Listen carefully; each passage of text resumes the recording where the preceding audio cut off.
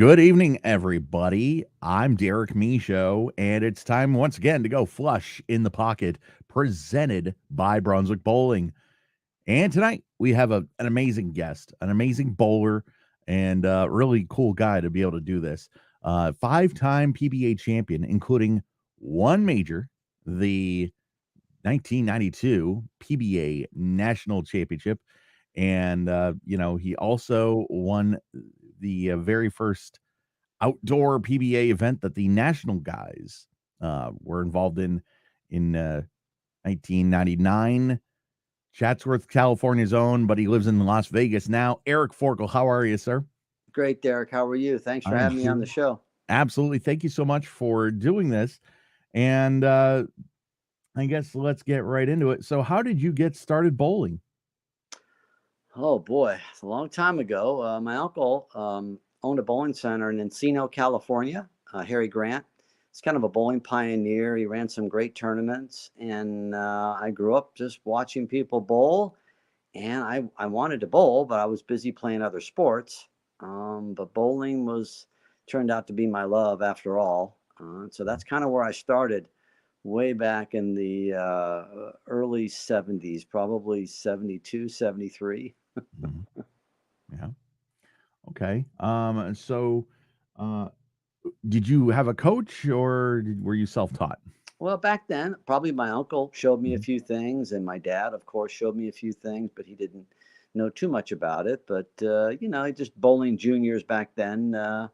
You get a coach here, you get some people helping you out along the way and just to help the kids like they do even nowadays. Mhm. Of course, nowadays the coaching is much more prolific, but back Mhm. then it was just to get together and bowl and, and just have a good time. Mhm. So I saw a interview. Ricky Ward did a little like one of these short things, and he said something like when he shot 300 at age 15, he knew that he and bowling would be a great marriage. For the PBA tour. So, what bowling accomplishment happened to you that made you say, I'm going to try the tour, and I think I could probably be successful? Well, obviously, it took me a lot of years to get out on tour. I mean, I always had once I started watching them bowl on television, I always said, boy, that'd be really cool to do that one day. And at the time I was working at home, of course, and bowling was just something I did on the side. But I always had a dream of going out on tour.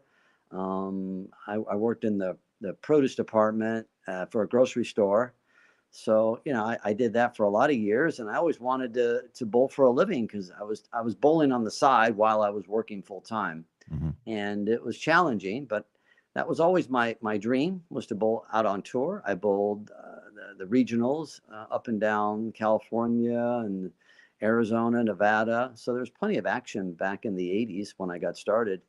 And I just kind of worked my way up. I was it was hard to get the sponsorship back in the day Hmm. unless you did something.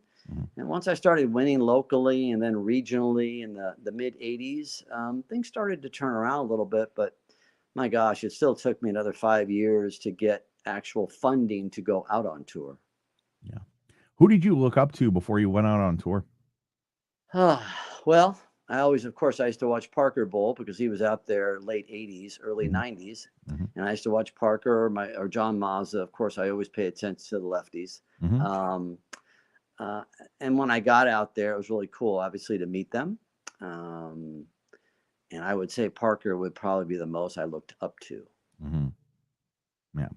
Parker actually is a good friend of mine. He was actually the first pro. The very first interview I did on this was a gentleman by the name of Andrew Pfeffer, who has his own podcast. And Hmm. Parker was the first pro that I interviewed on this podcast. And after I interviewed him, I said, that's what I need to do. I need to interview any pro that'll say yes, and that's how I've been doing it. So we had some great guests. We have had Mike Albee on here, Adam Colton, who you beat in the '92 Yeah, they sure national, did. Yeah. a whole bunch of so I mean, this has been great. And yeah, Parker's an amazing man. Um, Speaking so of, you mentioned Mike Albee. mhm, Mike was obviously out there before me as well. He was mhm, probably out there in the 80s, of course. And Mike was such a class act. always was and still is. So it was really cool to get out there and bowl against Mike. And we had quite a few matches. I never actually bowled him on TV. I was on a few television shows with him, Hmm. but I never forgot him. I never got a chance to actually bowl him in a match on television. I bowled him in match play or what have you, but such a class act, and Hmm. just so many great memories of Mike. Oh, absolutely. He's he's a great guy, and he was uh, very gracious to talk to me as well. I mean, that was a lot of fun. He's a I hope to meet him someday. Absolutely. Um, Absolutely, yeah. so what was your favorite ball era? Um, well, I mean, I obviously I ball air. I threw back in the early days as a junior bowler. I mean, I threw plastic, and then I threw some rubber, Mhm, uh, a black hammer. Oh boy, I'm really dating myself. The resin balls came out like 92, 93, mhm, and kind of tough to get a hold of them out on tour. It depends on who you knew out there. And if you were just an up and comer, it was really hard to get them. mhm, At least it was for me. I would guess the resin balls were okay. They were just different than urethane. They had a different motion down lane, and it was just to get used to control it. But once they started making different types of resin balls, then mhm, obviously it got a little better. And I think the resin definitely helped a lot of people. It probably helped me carry a little bit better, but um, I bowled pretty well with urethane as well, especially at home. mhm. We got 3 people watching. Feel free to, ask questions in the chat. And if you're watching this later, not live, definitely leave a comment, and I'll definitely yeah, definitely get back to you. So did resin hurt you, or if not, who do you think it hurt the most? Well, if I had to guess, the guys who could really hook the ball a great deal back in the urethane days, maybe guys like Bob Vespi, Kelly Kaufman. Mhm, I'm sure I'm missing a bunch of them. Guys who had actually Mike Miller, mhm, when he took his thumb out of the ball and he mhm, started throwing the ball without his thumb. I mean, he just opened up the lane with the urethane, and a lot of guys couldn't do that. Even now there's quite a few power players for the guys who don't use their thumb, but there was power players back then. It's just a lot more prevalent these days. But mhm, there was definitely guys back then who I think the resin balls hurt in some ways because it changed the shape of the lane. Matter of fact, I don't think resin helped Marshall Holman at all, to be honest with you. really? I Okay. think he made a comment about that at one time, or even the late Mark Roth. I mean, some of those guys, they weren't too thrilled having that type of a ball motion because they just didn't see it the right way. It was just different. They're used to their ball maybe falling back and kind of laying up a little bit and arcing, whereas resin, it's hard to get a resin ball to fall back into the pocket. It's either blowing by the pocket or it's jumping through it. So resin really did change things a lot. Mhm, Um, when I think Mark McDowell back in maybe 92 threw the Excalibur on TV. I think it was at Gable House. And Mark was a really good player, obviously mhm, bowler of the year one year, if I recall. And he had a good, I mean, he threw a decent ball, but he didn't just crank it up. He threw a double messenger that was astonishing. I don't think anybody's seen a messenger like that on TV. And I think it was McDowell. And that was it. When people saw that, they're like, what ball is that? Because I think back then, balls were really sold on the show. In other words, nowadays, I don't know about it if they are as much, but back then, when people would see the balls that the guys were using, that the next day, the pro shop, the phone probably ring. I heard it would ring off the wall. Order me one of those. Get me one of those. I think mhm. balls really sold back then off the TV shows. I don't, not so much now. I don't think so. Right. Okay. Yeah, Mark McDowell was, I believe, voted by the Bowling Writers Association bowler of the year. 92, and Ferraro Yeah. was, of course, the PBA player of the year. Yep, something like that. And he was, and again, two more great players. Hmm. And Mark was I think he came from a football background. He's good shape, strong guy. But when he threw that ball on TV and he double messengered the pins, it's like, what ball is that? And that really got it going. Hmm. The Excalibur. Absolutely. What was your best moment on tour? I would say probably my best moment on tour would be when I won the flagship open in Erie, Pennsylvania. Really? Yeah, because that was my third TV show. I made a show when I was out trying to bowl part time in '91. Mhm, My first show was in Seattle, Washington. That was mhm, my first show. mhm, And then my second show was later on that summer in Wichita, Kansas. mhm, And I finished second to Chris Warren. mhm, Close match, but he got me at the end. So the third show was The Charm. And the funny thing, I got a funny story about Erie. 1992, when the season started, left-handers won the first two stops. mhm, And I thought to myself, well, there's no way. Why even bother going to Erie? Because, unfortunately, being a left-hander, you never know back then when they would give it or take it. As much as we want to be fair about things, unfortunately, it wasn't always fair. And after winning 2 weeks in a row, a lot of right-handers were not very happy. They were very upset. So I kind of figured that week, Erie, it's a good week to miss because you got no chance there. But I remember my coach says to me, "You always wanted to go out on tour full time." He says, "And now you got a chance to go out there. You're sponsored. Don't skip that tournament. Go anyway." And I said, "Yeah, but we're not." And he said, "Just go." And I mhm, said, "All right, I'll go." So I'm really glad I went mhm. because I had a phenomenal week, and I was fortunate enough to lead, and I was fortunate enough to beat the great Dave Houston on TV. Absolutely. I watched that today as well, and that was, yeah, I think it was what, the 10 pin? It was like, I don't know, do I wanna Yeah, fall? Do I it wanna was stay something. up? Yeah. Yeah, I've watched that obviously so many times, Mhm, and it still gives me some chills. The first two I packed really well. I just mhm, nailed them. But that last one, I got a little weak in the legs and it came off a little funny. And I figured it hit that swish spot. I'm figured I'm going to blow the rack or whatever. And originally I thought that pin had fallen. And then when I turned around, I saw it wobbling, and I'm like, "Are you kidding?" And then when it did fall, needless to say, I had a lot of emotion. I mhm. Oh, had a yeah, you lot did. of I got a little excited, and then I got a little emotional all together. Yeah. So later, kinda going off the sheet here real quick, later on that summer, you bowled in Green Bay. You had the front 7 against Bill Oakes, Yep. and then, unfortunately, he beat you 257 to 255. How heartbreaking was that loss for you? Uh, it's funny. That's another one of those TV shows that I get to watch pretty much daily at the shop as it repeats on a loop. Mhm, I always look at that show and I try to remember what I was thinking back then.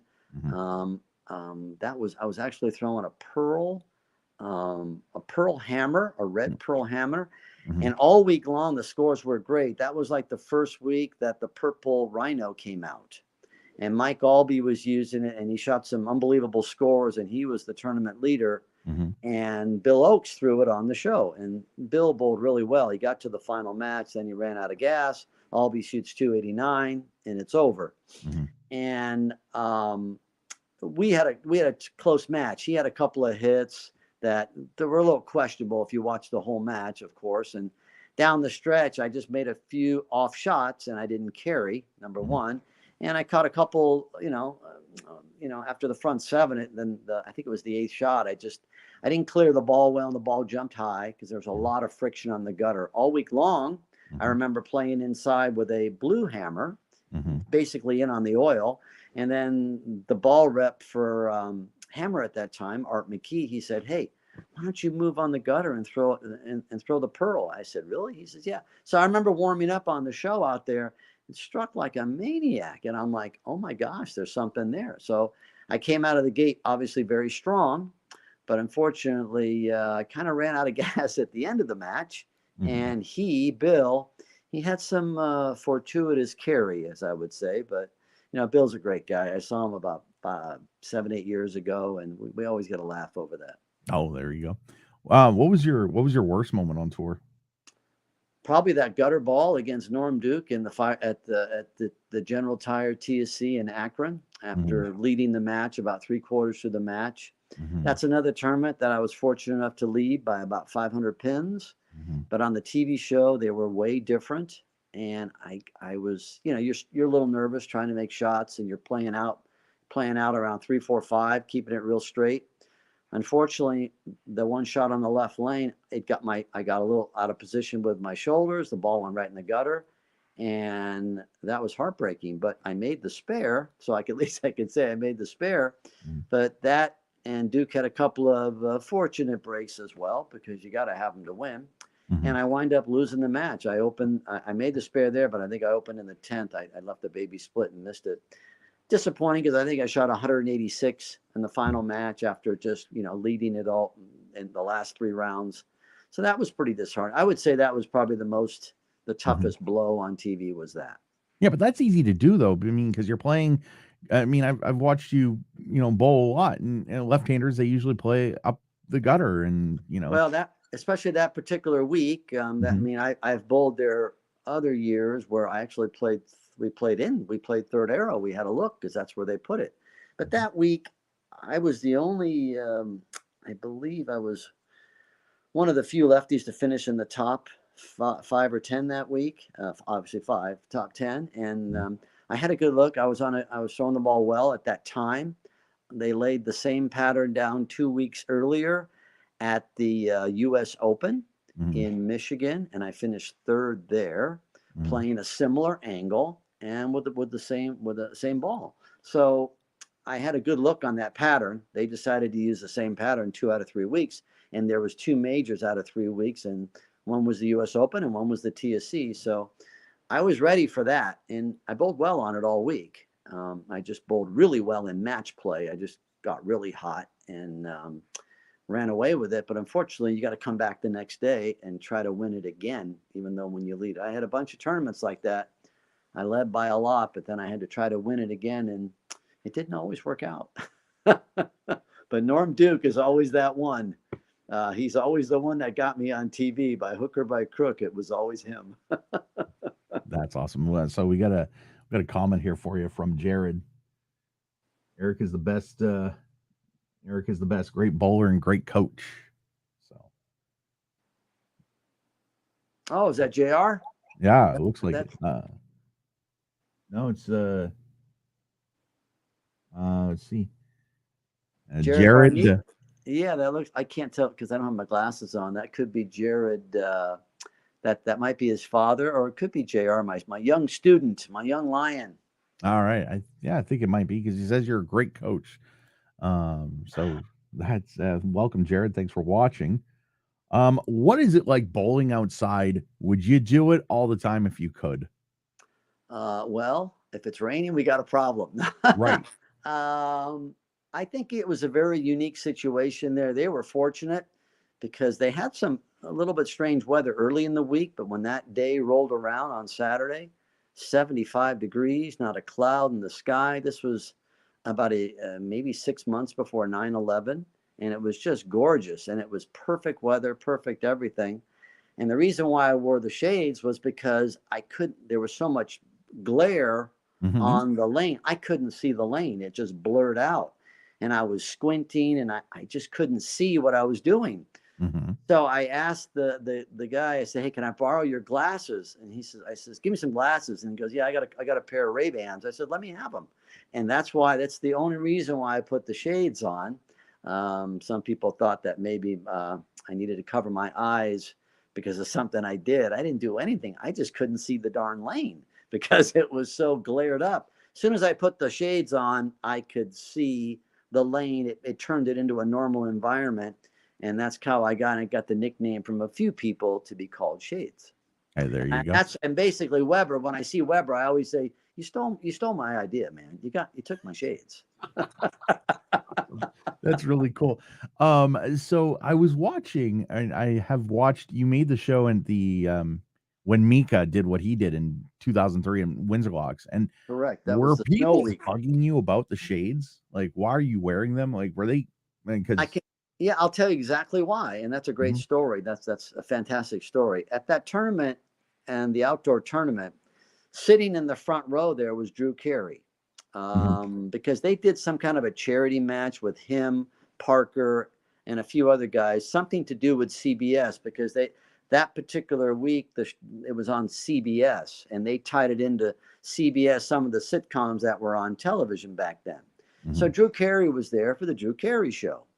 And he was sitting there and he thought it was the coolest thing after it was over, after they did the little trophy presentation at the end. He said, "Hey man, that was really cool." He says, you should always wear those shades. They look cool on you." I said, "Yeah, Drew." I says, "But I'm out here. It's outside." He goes, "No, no. When you're indoors, you should still wear it." I said, "Really?" He says, "Yeah." Well, a little bit down the road, we there was a TV show in Akron at the Touring Players Championship. I was Yep. fortunate once again to make the show, Mm-hmm. and Drew Carey was there, and he said, Mm-hmm. "Hey, you gonna wear your shades today?" I said, "Absolutely." So that's why, and I started wearing them indoors. And by the way, they use plenty of lights when they light up a stage indoors for the Oh yeah. TV show. So that is the reason why I wore them inside. Do they shut off the lights in the bowling alley and just use the lights from the um those stage lights, or how does that work? I'm trying to remember because it is darn near 20 years ago. Certain parts of the center would still be lit because there would be you get a chance to warm up before your match. They had it all sectioned off. They had chairs there. They had it's covered. They got this stuff up draping that they cover it. So they back then they used to create like a TV set. Mhm. This is back in obviously the 90s. It's way different now, but that's how they used to do it. So guys could practice off to the right to try to stay warm until you get out there for your match. Then you get so many balls on each lane, and then you start. Excellent. I want to say hello to Jason. He says that you're a great guy and good to see you sharing your knowledge. Um, Hey, Jason, that's my guy. That's the guy who works for me over at Bowlers Mart. there you go. He's a great guy. I'm so glad to have him. Yeah, Jason and Jared, like and subscribe and check out this channel. I mean, we've had some great guests, and Eric is a fantastic guest as well. So good to see you guys out there. All right, so let's see here. So who was your toughest opponent on tour? My toughest. Well, again, I hate to bring up the great Norm Duke, but I'd have to say I was 0 for 3 against him on TV. I led another tournament in Tucson back in '98, I and watched that wound up too. bowling. I wound up bowling him in the final match, and I shoot 250, and he shoots 270 at me. Mm-hmm. But once again, with a few fortunate breaks, if you ever watch that show, is amazing. Mm-hmm. So, and then the TSC, he got me, and it's just. I would say he was the toughest guy I ever bowled on TV because I just couldn't beat him. But I did beat him one time on a local TV show in Lake Havasu. They had a big tournament there and they televised it locally, and I bowled him in the final match and I did beat him. So I could say I did beat Norm once on TV, but it wasn't national TV; it was local TV. But the great Norm Duke is he was one of the best, one of the best. He's done bowling. Like he doesn't have any bowling balls. He's not even bowling. He was a past guest on here as well.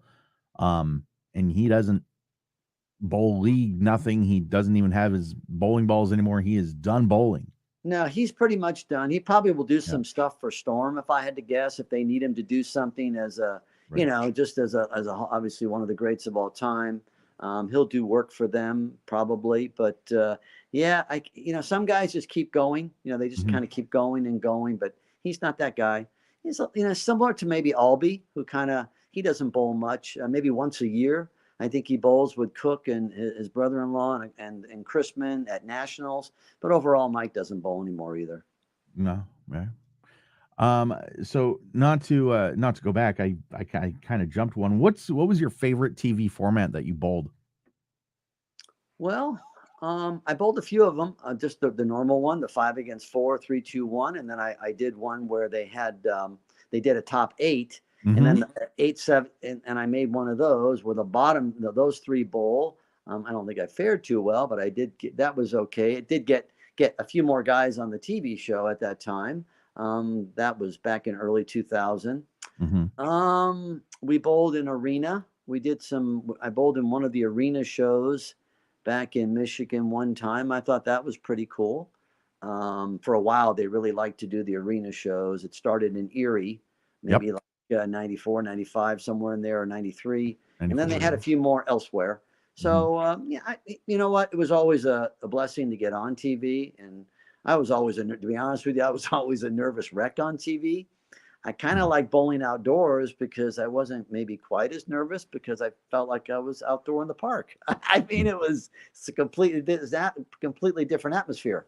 Rudy Kazmakis had fun that day. I mean, Yeah, he he was did. enjoying. His famous line is "first spare in the park," Mhm. and he had the first spare in the park. Yes, he did. So what was it kind of going back to that, what was it like, Mark Mosabi, I think he needs a mark to beat you and he Yeah. leaves the 6, 7, 10. What was that like, sitting on the bench and knowing you won that? Well, it's interesting because earlier in that match, it was tight match all the way. I believe on the right lane, I left a ringing 7 pin, and fortunately, I made it. And it got close at the end, and I struck out to put the pressure on him. And Mark was he was a really good player. Not too long after that, he finally did win his first title, or maybe his only title, but he did win. And he got that ball right to the dry, and it just overbounced, and it went right through the nose. And we were using the gold pins, and normally on the gold pins, if you went through the nose, they didn't fall real easy, Nope. and you're going to throw a split. Now, I was surprised, of course. The trick is all you can do is you put pressure on your opponent, and then you sit down, and then after that, whatever happens, happens. And I just felt it was meant to be. Mhm. I did. I did my best. I struck out. I put the heat on him, and he made up air and shot it. If he misses a little left, maybe he strikes. He just happened to bounce it right to the gutter, and it just overhooked and right through the nose. And there's your split. It was a shocking finish, and some people said great finish, very fortunate. Well, you know what? When you win on TV, you are fortunate. You have to get good breaks. You got to get pins to fall the right way. You could throw the ball really well and not win. That happens all the time. So Mhm. it's a combination. I think when it's like I try to tell my young student and my older student Keith, when it's time, I mean, when it's your time, it's your time. You're going to win, Mhm. but you got to be ready for it. Yeah. So Jason and Frank want to know, what was the most memorable tournament you bowled? The most memorable.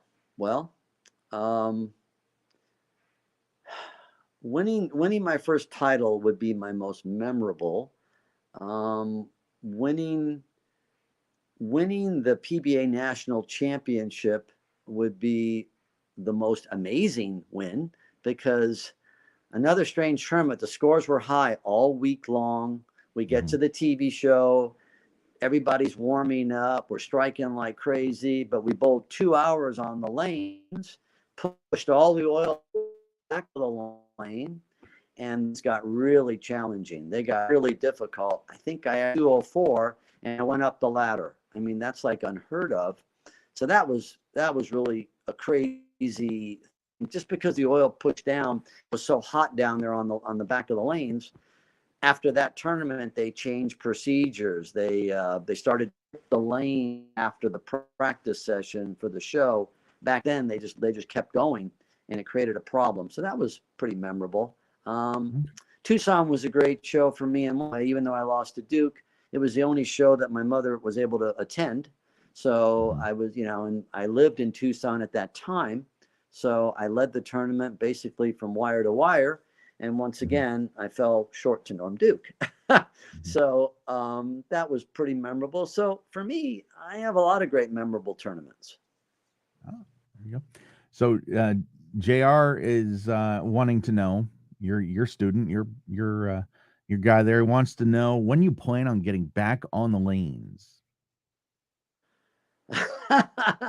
So I can apply a little more beating to him. Oh, I shouldn't say I that guess because now so. he'll because now he's going to really kick my ass because he's pretty terrific. Um, every time I try to get into the game and get in shape, I always wind up injuring myself. About 3.5 months ago, I broke a bone in my foot because I was overdoing some stuff at home on the exercising or treadmill or whatever I was doing, and I Mhm. I fractured my sesamoid bone, which is another weird name, but I fractured it, and it took taken a long time to heal. Finally got that boot off my foot about a week ago. So the doctor said, kind of, get back into it and then maybe give yourself a week or two and then start throwing the ball. So my goal is another week of walking on it, maybe a little cycling on it, maybe a light treadmill, and then about a week I'm going to try to start throwing the ball. And yeah, he'll cripple me now. I don't think I can touch him now because he's gotten very, very good. So Keith responded to JR. He says, "You got the boot off now, and you know, uh, pretty soon." And I believe you might be asking JR how Mesa was, or you, or Well, but I'll tell you what. Let me tell you something, Derek. Mhm, I've got a 15-year-old student, and now mhm, I've got a 52-year-old student. At mhm, least I think he's 52, Keith. And both of mhm, them are very good, and both of them are very much alike. It's just a big age difference, but I'm enjoying working with them both. I good. met JR when he was 12 and a half, and, most kids really don't want to become bowlers, but he wanted to become a bowler. So I've been fortunate enough to be able to show him, get him going, get him started, really work on his game, on his physical game. Well, now he's growing like a weed, so his physical game is terrific. Now it's a little more of a mental game. It's learning that part of the game now, and he's not even 16 yet, and Mhm. he's a terrific kid. He's got great talent, great skills, but now we just got to find, get things to go the right direction. Keith's been a good bowler. He came to me a while back and asked me to give him some tips and help him here and there. And like I said, I didn't create his game. He already had a very good game. I'm just trying to give him things that'll help him compete in Mhm, today's environment. Besides a house shot, even though I did mhm, give him a trick for that house shot, and now he's absolutely mashing them. He mhm. knows what I mean. And I'm enjoying helping these guys because I had a lot of great coaching when I was younger, and I enjoy that aspect of it. And I work for Bowlers Mart, another great company. Mhm. I enjoy working for them, but I do like to do my little teaching on the side, and I like working with better players, to be honest with you. And both of Yeah, these are better players. excellent. Adam is a PBA super fan, and he wants to know how cool was it to bowl with Norm Duke on TV. Oh, it's always cool to bowl against Norm Duke. It's just my problem is I can't beat him. So I don't know how cool it is, but Norm is, I guess if you're going to lose, you're going to lose to one of the greatest. I bowled Parker on TV, and I'm kind of split with him. So at least I did beat him a few times on television. But for Mhm, some reason, Norm Duke had my number. But it is very cool. You know, um, I didn't really hang out with Norm Duke.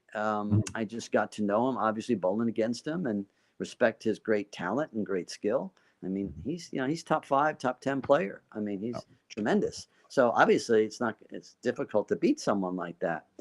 Even when you've got it all going, it's hard to beat him. yeah. Who was the opponent that you beat up a lot on TV or match play? Um, well, see, different formats. I was out there when they had the round robin top 24. Then they Mhm, went to the other format, the eliminations, which honestly I really didn't care for because in my mind, I think in that format, everybody should bowl everybody once. I never liked when they went to the tennis style of match play or elimination. I know they were trying to create more excitement. That was from the tennis world. They brought that into bowling. Honestly, I personally was never a fan of that. I like round robin match play. I like bowling everybody once. mhm, Um, Honestly, in match play, I did pretty well against Albee, pretty well against Parker. mhm. I don't know if there was guys that I beat all the time. I don't think anybody beat anybody all the time out there. Even it's Sure. just because the talent is so good. There's great talent nowadays, but there was really great talent back then as well. And whether you're Mhm. bowling Voss, Duke, Walter Ray, Amleto, whoever it is, they're all great bowlers, and now they're all Hall of Famers. Yeah. So I don't. That's a tough question. It's a tough answer too. Sure, absolutely. JR says, thanks a lot. He wouldn't be where he is without you. So that's Well, that's nice to hear. And like I said, sometimes I'm, sometimes I'm pretty hard on him, but I'm really trying to mhm. trying to show him some tough love because I do know how good his game is, and I do know how he's got a great body to bowl with. And Mhm. nowadays with all the technology, the bowling balls, the patterns, the two-handers, the no thumb bowlers, the urethane, it's just a lot going on. And Mhm. practicing on a house shot or even other shots, there's a lot to learn. And there's a lot of really good bowlers out there, and the kids are getting better. They're starting younger, and they're getting better. So yeah, you got to work hard if you want to be great. I always was a hard worker. I spent a lot of time practicing with Ozio. He was a practiceaholic, and I thought I was a good practicer, and I couldn't hold a candle to him. So Mm. that's a ton more stories there. But so I believe in hard work. I believe in a lot of practice. Jr. practices really hard. Keith practices a lot. He's a hard practicer. I enjoy guys like that. I enjoy working with people like that because that's how you get better. You have to practice. I mean, you got to put the time in. And even if you do that, there's no guarantee because every bowling center you go to, you got a different topography, you got a different this, you got a different that. All you can do is try to prepare yourself best you can and get out there and take a shot. Yeah. Not to go back, but do you mind confirming or denying something for me? When I had Adam on, we were talking about the PBA National, Yeah, and he was mentioning how the lights they moved the lights. They didn't want Vespi to win. That's why he shot 133. that's Um, not well. Okay, that's Vespi. Now, see, Vespi, he was an interesting character. He was one of those guys back in the urethane days because of the way he threw it. He could really hook the ball a great deal where a lot of guys couldn't. So he created that advantage with that other guys couldn't have. mhm, I as far as I know, and like I said, I was there. We bowled almost 2 hours before the show, and we pushed all that oil to the back. And the back end was real strong when we started. Then mhm, after that, the back end just went away because we're mhm, all throwing urethane. Ryan Schaefer on the show threw an Excalibur. He was the only one. Everybody mhm. else was throwing some form of urethane, I believe. And the oil just went to the back of the lane. And it's not that they didn't want Vespi to win. I mean, Okay. he was like a bad boy out there. I mean, he was controversial. He was this. He would get to the show and he would struggle on the show. He did win. He won two. He might have won twice, or I I think think, but twice, yeah. he he did win. But they didn't try to stop him. It was just what happened on those lanes. Sure, sure. That's what Um, I believe because I was there. there you go. There you go. Do you prefer bowling in a bowling center or an arena? Well, we would always bowl in a bowling center during the week. And when we did have, like I said, I was fortunate to bowl in one arena show, and that was in Detroit. Um, I don't care either way. Bowling in an arena was different because you got a tall ceiling and you got people all around you, which was okay. Usually they made the lanes softer in the arena, by the way. The scores were normally way higher in the arena shows. I Mhm. think they wanted to try to push that part of it. But you know what? Any show you make, whether it's outdoors, in a bowling center, in an arena, I'm good. I'm good with all of them. Yeah, that's definitely I love to watch the arena shows. I mean, that's Yeah, they were cool. And if you notice, like I said, when Bob Learn shot that big score, I think when he broke Ozio's record, it was in Erie, and mhm, it was fantastic. And but the lanes were quite nice. It was a high scoring. I think Petraglia shot 270 and lost or won or mhm. whatever. Scores were big. I mean, the scores were really big, and but that's to get the fans going. Nobody gets too excited when nobody's striking and they got holes and splits and everything else. Oh, yeah. When you start bowlers start stringing them, then they can get animated, like say a Pete Weber. When Weber gets going, that's a show in itself. Mhm. You bet. So, in 2000, you had a pretty serious injury falling through a skylight, and does that affect you today? How long did it take you to recover from that?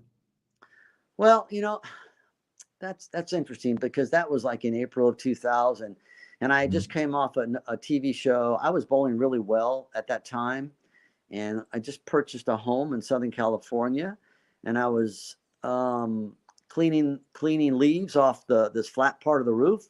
mhm, And when I stepped backwards cleaning, I dropped right through the skylight, and Yeah, that was something I'll never forget. Hmm. It took me 6 months to throw a ball again, like a 12-pound ball. I basically had a compression fracture. I fractured my back. I fractured my skull.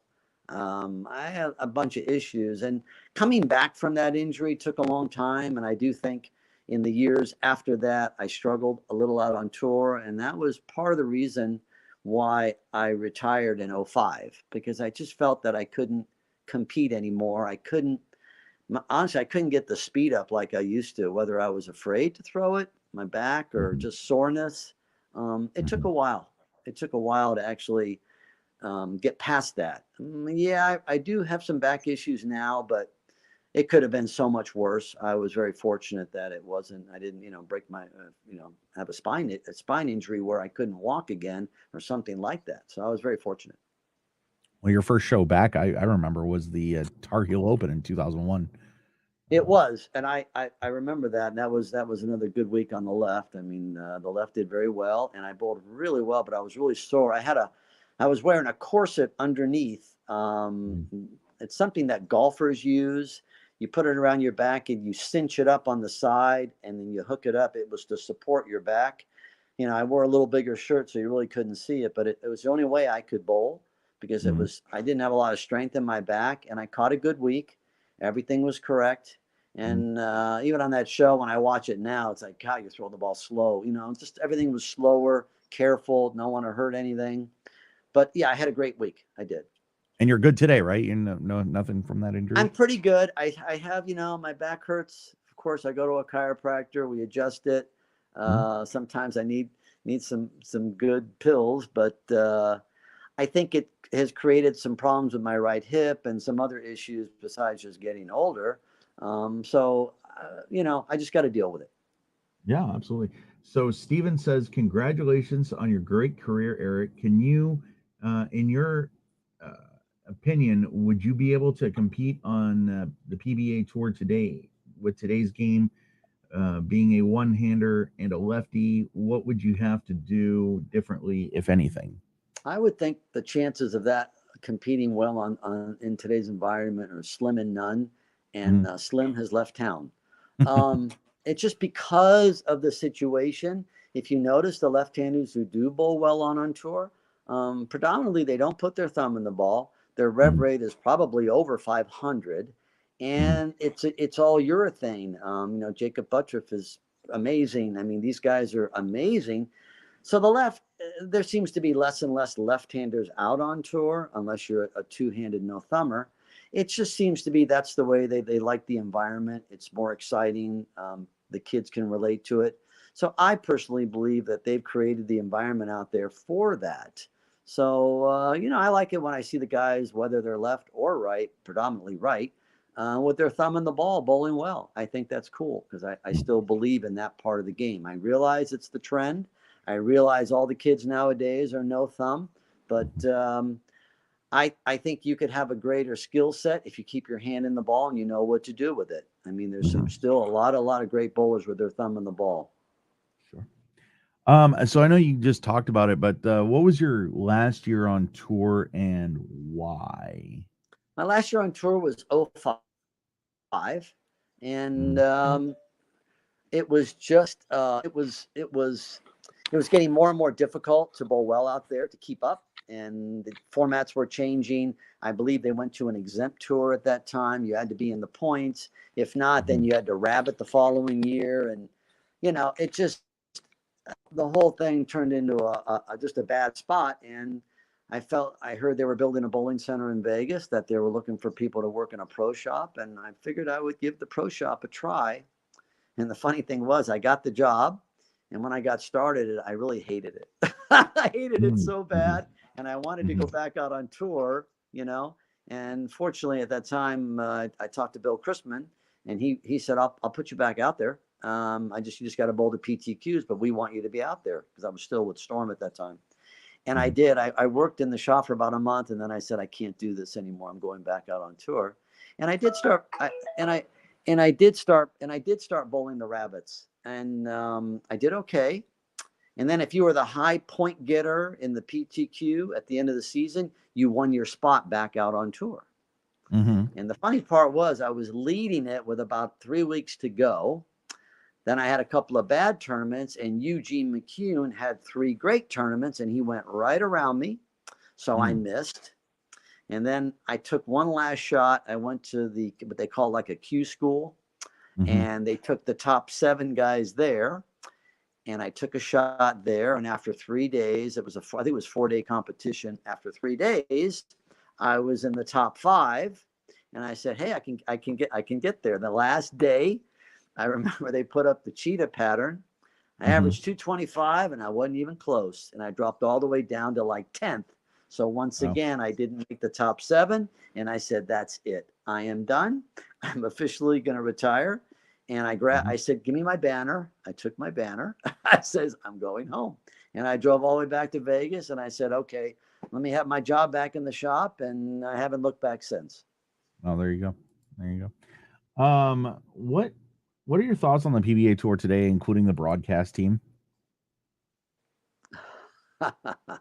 Well, I probably should watch it a little bit more to keep up on what's going on. I don't watch it that often. I probably watch it here and there because of the environment. I know Randy forever. I think he's very funny. I think he's a pretty smart guy, of course. He's been doing it a long time now. He had a great career, Hall of Famer. Of course, he beat me for a title as well out there. So I mean, they all did. It's okay. I'd like to. I think they've got more graphics, being on Fox, they got more, and the money is fantastic if you're one of those guys. But once again, like I told somebody the other day in the shop, if your rev rate's not over 450 or around 450 and you're not throwing it a certain way, you really have no chance out there. I mean, no such thing as a straighter player anymore on either side. And back in the day, there were straighter players who bowled well. You don't see them anymore. So the game has that part has evolved. That has changed. And people will say, well, that's just because of everything gets better and modern, what have you. But I think they've eliminated a lot of players or a lot of bowlers who might want to try or be decent out there. I think now they have no chance. It's all about speed and power. Whereas there was some of that back in my day, but now it's just dominant. And if you are left-handed, you better have speed. I mean, Parker's like a straight player out there now. I mean, it's just, Parker always had a good hand, but not against those guys. That's why he can, in my opinion, he can be so great still on the senior tour because it's a whole different lane concept. That's why he can still be the great Parker Bone. Absolutely. If you could oil the lanes any way you want, what kind of shot are you putting out there? Well, I would just oil the left and the heck with the right. No, I'm just kidding. No, I'm just kidding. You know what? I bowled on everything. So honestly, I really don't care, to be honest with you. There's certain lane conditions or patterns that really fit me well. And there was others that wasn't. That was the part of being a touring pro. That was the part of bowling all these tournaments all over the country, even all over the world. So it doesn't matter to me, really. I mean, it just because one person loves it, the next person's going to hate it. You're never going to make everybody happy.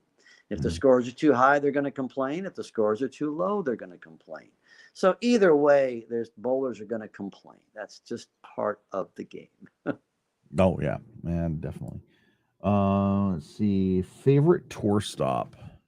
Probably, I would say Erie, Pennsylvania, not because I won there, but because they really took care of the players. I'd never seen Erie's a small town. And when we would go there, it would be nonstop coverage all day long from the bowling center, breaking into local TV shows that normally are on the page from the bowling center. Some guy might be shooting 300. They would break into a TV show and show it. I mean, that's never anything like. So he really did it right, and they loved having the tour there for almost 10 years. Oh yeah. Did you do better with the wood or anything around anything around the Great Lakes? Let me say this: anything around the Great Lakes at that time was a real hotbed. It was fantastic. I mean, we had a tremendous amount of pro-ams, whether it was in Toledo or Erie. and that whole environment was fantastic. But I would say Erie would be my favorite. Do you prefer wood or synthetic Erie? Well, you know what? Obviously, I won on the wood. I made Right. a top 24 on the synthetic when it was a big shootout. I didn't fare real well in the finals, but it was okay. I mean, the scores were high. Um, Honestly, it doesn't matter. It doesn't matter. Sure. Okay. What was your least favorite tour stop? Oh, my least favorite tour stop. Um, well, I don't know. That's a good question. Uh, maybe, I almost want to say Peoria because it was always a pretty high scoring tournament and I could never keep up. I mean, it was just bombs away. The one year I did make the finals there, I had a chance for the TV show and I had a bad last game and I missed the show and I wasn't happy. I went in the locker room and I threw my ball down and it bounced and it went into the wall.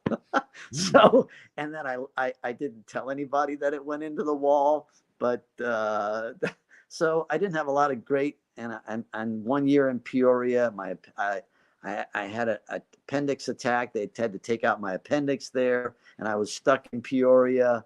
And the tour left, and I was there for weeks because I couldn't move. Wow. So I would say Peoria would be my least favorite. Oh man. Wow. Where did the Let me where did the PBA never go that you wish they always had? say it again. Where did the PBA never go that you wish they had gone to? Um, well, when I was out there, we never went to Minneapolis. We never went to Mhm, Minnesota. I mhm, don't remember. We never bowled in the Dakotas. I don't think we ever bowled in Iowa when I was out there. mm, Maybe that region would have been kind of cool. One time I bowled a regional in Missoula, Montana. I thought that mhm. was kind of cool because I Okay. like to fish. So something like that would have been cool. If the PBA was going to Bayside when you were on tour, how much fun would you have had with that? Bayside on Long Island. No, Bayside Bowl in Portland, the PBA league. Oh, I'm sorry. I'm No, thinking no, of you're another good. place. You know what? That's yeah, you're right. That would have been that looked like a pretty amazing place. I saw some places that were similar to that back in the day, where Mhm, that East Coast crowd was phenomenal. One of mhm. the nights I went and watched David Ozio bowl action late at night. It was I never seen crowds like that. I never heard people like that. It was just wild. It was just crazy. So that would have been that would be something exciting. Yeah, but that place looks great. Mhm. What was a PBA rule that you agree with? That I agree with. Yeah. Um, probably checking the bowling balls at that time. You know, you had to you drill a ball, then they would check it and they put a stamp in it so that it was ready for PBA competition. That way, nobody at that time could bring in a loaded ball or something like that. I guess Mhm. that was a good rule. I mean, there was always if you got an infraction out there and you had to pay $25 or $50 for some things, yeah, you're pretty aggravated with that. But you know, they overall they did a pretty good job. Mhm. Was there a PBA rule that you hated, disagreed with? If there was, I've probably forgotten about it now because it's yeah, I haven't been out there for 20 years. But Okay. yeah, I'm sure there was a few. Maybe the re-rack rule was a little, you know, at times I think you needed more re-racks because some of the racks were so bad and you would get stuck if you used up your three. And it Mhm. comes to the end of the match and you need a hit and you got a rack that's closed and I'm sorry, you got to throw at it. That was a little disappointing. Right. Was there a PBA rule? Was there a rule that or what was hold on one second. Let's see.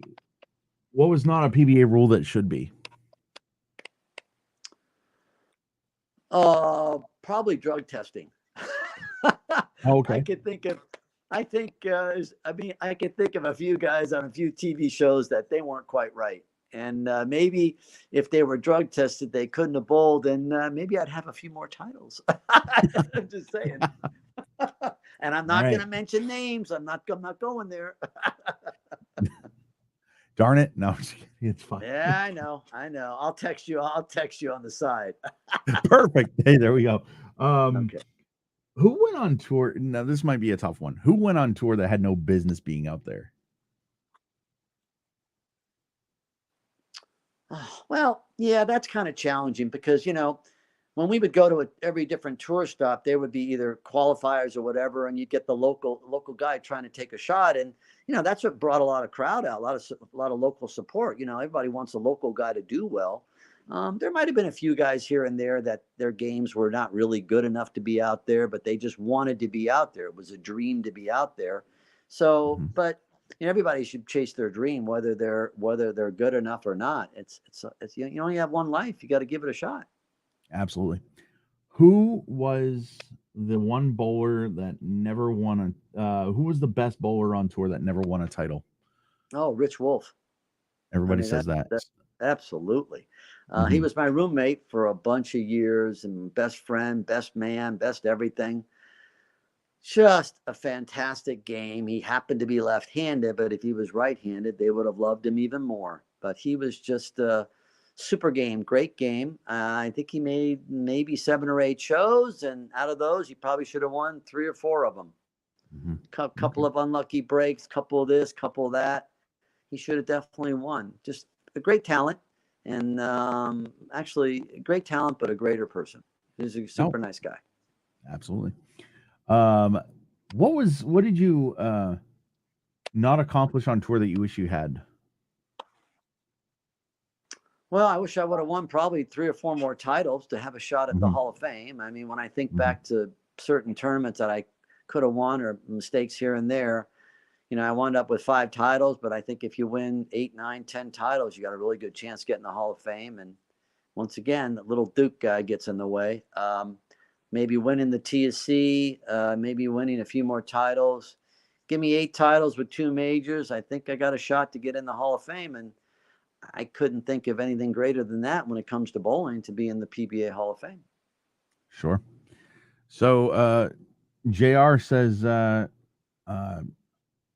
Eric, you are a great person and an excellent friend and bowler. And he also says that Frank said you are the best friend he has, and he wishes he could bowl like you.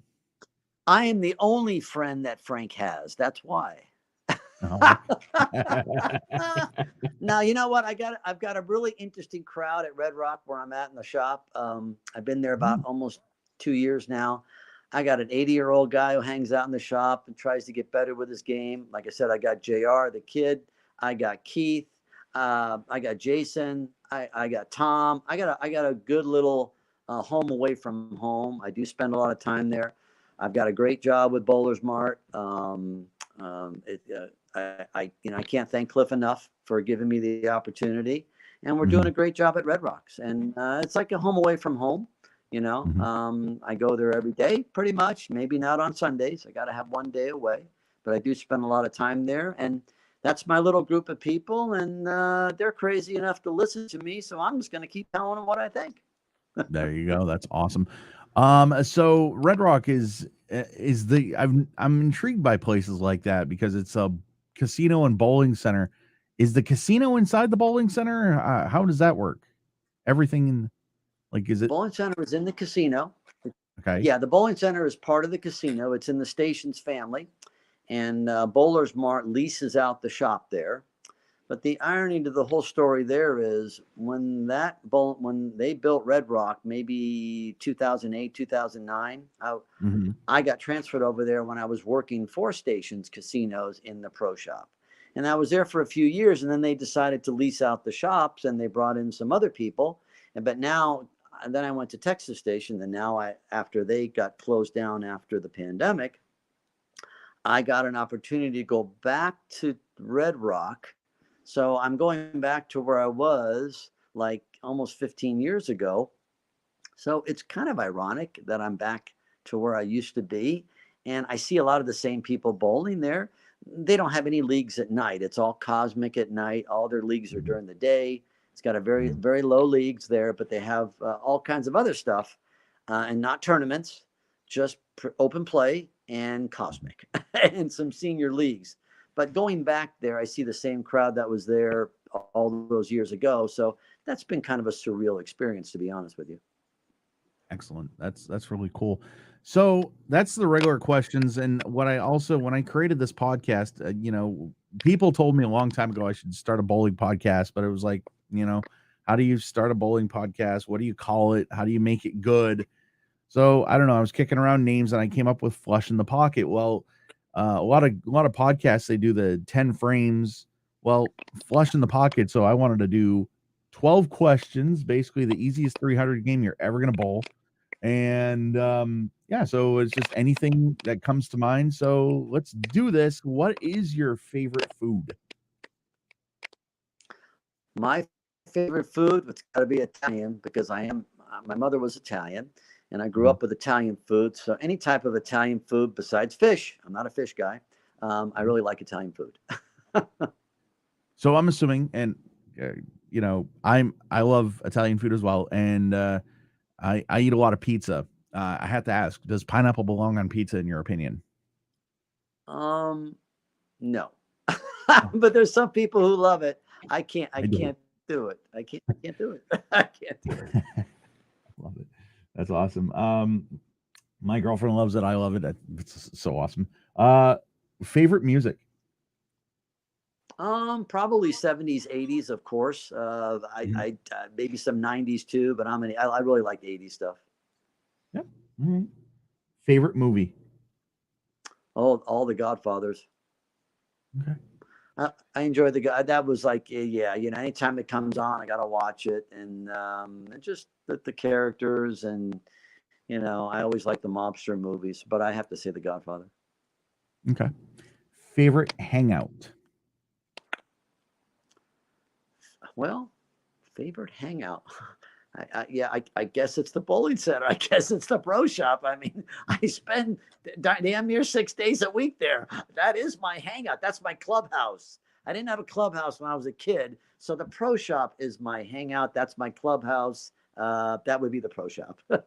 Yeah. Are you your own boss? Yeah. No. I run it for Bowlers Mart. I manage it for them, and I've got a couple people under me who are fantastic. And yeah, it's nice to be able to run it. It's much nicer being a chief than an Indian. Oh, I've there been you an go. Indian. I don't care for it. All right. Do you go to concerts? I do go to concerts. My wife Josie, she loves concerts. So anything here in Vegas, we go see. Whether it's a tribute band or what have you, we've done that a little bit lately, and we do enjoy that. And I always try to figure out if they're how close they sound to the original, but we do like that. Oh, good. Party all night or quiet night at home? Party all night or quiet night at home. I'm definitely a party all night guy. Can't you tell? No, no, no. I like it. I'm a quiet at home guy. Actually, all the guys on tour, they would be out there. They'd hit the bars after they got done bowling. I would just go back to my room and watch TV. I was that kind of guy. I didn't care for that kind of stuff. I listen. I'm right there with you. So I'm very, uh, you know, if you get to know me, I'm a very cutthroat kind of bowler. I probably shouldn't be because I'm never going to make the tour. But if I believe that if you're going to be at a bowling alley, you might as well just do your best. And there's plenty of time to be social. But like I'm going to West Virginia in October, and the people I'm going with are probably going to go sightseeing or whatever. When I'm done, let me go to the hotel. Let me just, yep, and get ready for the next the last Yeah, part of the tournament. I mean, there was Oh, guys who did things differently. A lot of guys like to mhm. play golf out there. Some guys would. I would. Rich and I, or even Ozio and I, we would just go fishing. We would bring our stuff and we'd find a pond or a lake or whatever, and we would fish. That was kind of what I did for fun. I mean, or go see a lot of movies, of course, but I didn't like to hang out to the bar scene at all. Mhm. To me, nothing but bad things could come of that. Sure. So I just did it in a different way. That's all. So I'm the type of person I'd rather have something to drink than eat, and I don't mean necessarily alcohol. So if you're dying of thirst, what is your go-to beverage? Probably water. I Okay. mean, you got to have water. I don't really like water, and I probably don't drink enough water. But water would be my go-to. If that, probably Sprite. I seem to like Sprite quite a bit. There we go. So JR says, Coach, you are a Hall of Famer in my book. I believe you still hold the record for most 300s in a season. Do you? You know what? It's funny as that may sound. I'm actually tied with two other people, the late Dave D'Entremont and maybe Parker. It might be 7 or 8 or 10. Honestly, I don't remember. It's so long ago, but I did have the distinction of having that record, tied that record. And it's funny, I could have broke that record when I went to Japan at the end of the year. And it's funny how you remember things. I do remember I had a shot there in Japan at 279. I don't remember exactly what I left, but I had a shot at it. And at the time, somebody said, if you would have shot 300, you would have had the all-time record. And I was never known as a power player. I was just a stroker, just someone who hits his target area and keep it in play. But with the right balls and the right conditions, you can strike like anybody else. That's why I went back to the 97 Masters when I shot 874, which is still the highest 3-game total ever in USBC or ABC Masters. It's hard to believe I had 874, but I did. Was that 2 300s and a 274? It was 1 300, 287, I think it was 287s. 287s and a 300. It was a very strange set, needless to say. So JR remembers it was the pin that ruined Randy Peterson's life, the 8-pin, I guess, that you left in the 279 game. So there you go. Yeah, something like that. It's funny. This kid is amazing. He leaves more solid 9s than I ever left, and he's right-handed. So it is kind of amazing. We always joke about when he leaves a solid 9, I go, "There's your favorite pin." Yeah, there you go. But they always say 10 corner pins aren't really a true tap of bowling. It's usually the 8 or the 9. That's when know your ball is driving the hardest, because it takes the 5 right off either way. But it is what it is. Right. What is your favorite sports team? Who's your favorite sports team? Well, growing up in Southern California, I've actually got 2. Actually, I have 3. But I would say I was always a Laker fan. Sure. Been a Laker fan for 50 years. I love them. They frustrate me, but I still love them. And I love the Dodgers because growing up in LA, I'm a Dodger fan. And probably I do like the Angels as well, but I feel sorry for them because they're never really any good. But I do love the Dodgers, and I love the Lakers. Oh, there you go. Favorite color? Do you have one? Probably blue or black. I seem to wear a lot of black, so even though black's not really a color, I wear black a lot. So I guess black. There you go. There you go. Matches my personality. There you go. Man, this is so much fun. What are you binge watching right now? I don't think I am. I like to watch First Take in the morning. I've been watching that a lot lately because I wake up early, and so I watch that a lot.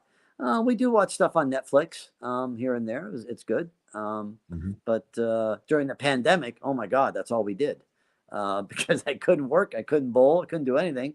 So it was just Netflix every day, whatever series, and just go through the whole thing. Oh, it was crazy. It's crazy time. Did you watch Tiger King?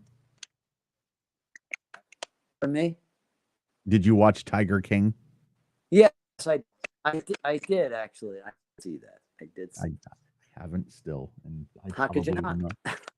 Well, because I watch a lot of bowling. When I was growing up, I didn't watch a lot of movies because I was watching a lot of bowling. I can't tell you how many times I've seen the Flagship Open. I mean, I just bowling is my life, and I'm socially unacceptable because I would rather watch a bowling match than a Tom Cruise movie or whatever, but what is your favorite time of day? Good for you. You know what? Yeah. Go ahead. Break it up. You there? That's great. I mean, yeah. Can you hear me now? Yeah. Okay. I mean, it's great that that's what fans. Obviously, you're a great bowling fan, and Mm. that's awesome. I think it's great. Yeah, yeah. What's your favorite time of day? Oh, Um, my favorite time of day. Well, I used to stay up late and watch TV. Now I go to bed a little earlier these days. I would say mhm, the morning. I like the mornings. Once I mhm. get the old body moving, I kind of like the mornings. That's how you know you're still alive, right? I mean, That's true. That's one way. I guess when that doesn't happen, then I'll know I'm gone. That's it. yeah, yeah. So I wanted to throw one in there. How's your family doing? How are Heather and Erica doing? How's the whole gang doing? Well, his daughter, Erica, she just graduated nursing school and now she's actually a practicing nurse. So I'm very proud of her. Heather's doing Mhm, well. She's got a great job. She's doing well. She's doing good. mhm, Um, my wife, Josie, she's always doing great because she's a great wife. I have to mhm, say that. mhm. I don't want to get in trouble. She's a great wife. Right, right. I've been down that road a few times, and I think I've had a few of the others, and I think I got the greatest now. So she's pretty amazing, and she's doing very well. Good for you, man. That's awesome. Well, Eric, thank you so much for doing this. You know, Very welcome. and this was great. This was Flush in the Pocket presented by Brunswick. Guest Eric Forkel. Please like and subscribe. Eric, have a great night, and I hope to talk to you soon, my friend. You know what, Derek? I really enjoyed this, but I don't get the chance to do this. I did a few back in the day, and Hmm. it's awesome. And if I can get back out there, throw the ball again, maybe get back in shape and shake it up a little bit, I'd love to talk to you about it. Absolutely, bud. Well, I mean, my Facebook's always open. I'll give you my number, and we'll chat. Absolutely, yeah. Like I said, I anyone who loves bowling I can talk to all day long because Absolutely, buddy. Well, you have a um, great night. Go ahead. I'm sorry. it's an amazing. It drives you crazy. It Oh, I said the game takes you to greats, and there's nothing like it. And anybody can do that whole up and the game to get better. I hope I can help. Absolutely. Well, Eric, thank you so much. Have a good night, and we'll talk soon. All right, buddy. Derek, take care. Be You too, well. buddy. Bye. You too. Bye. So that was Eric Forkel, and had some problems. Thank you, Keith. Thank you, Jason. Thank you, Jared and Jr. For watching.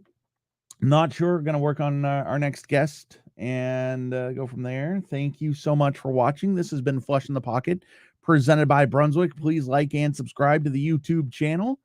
And I'm going to go watch the Bruins. Don't spoil anything for me.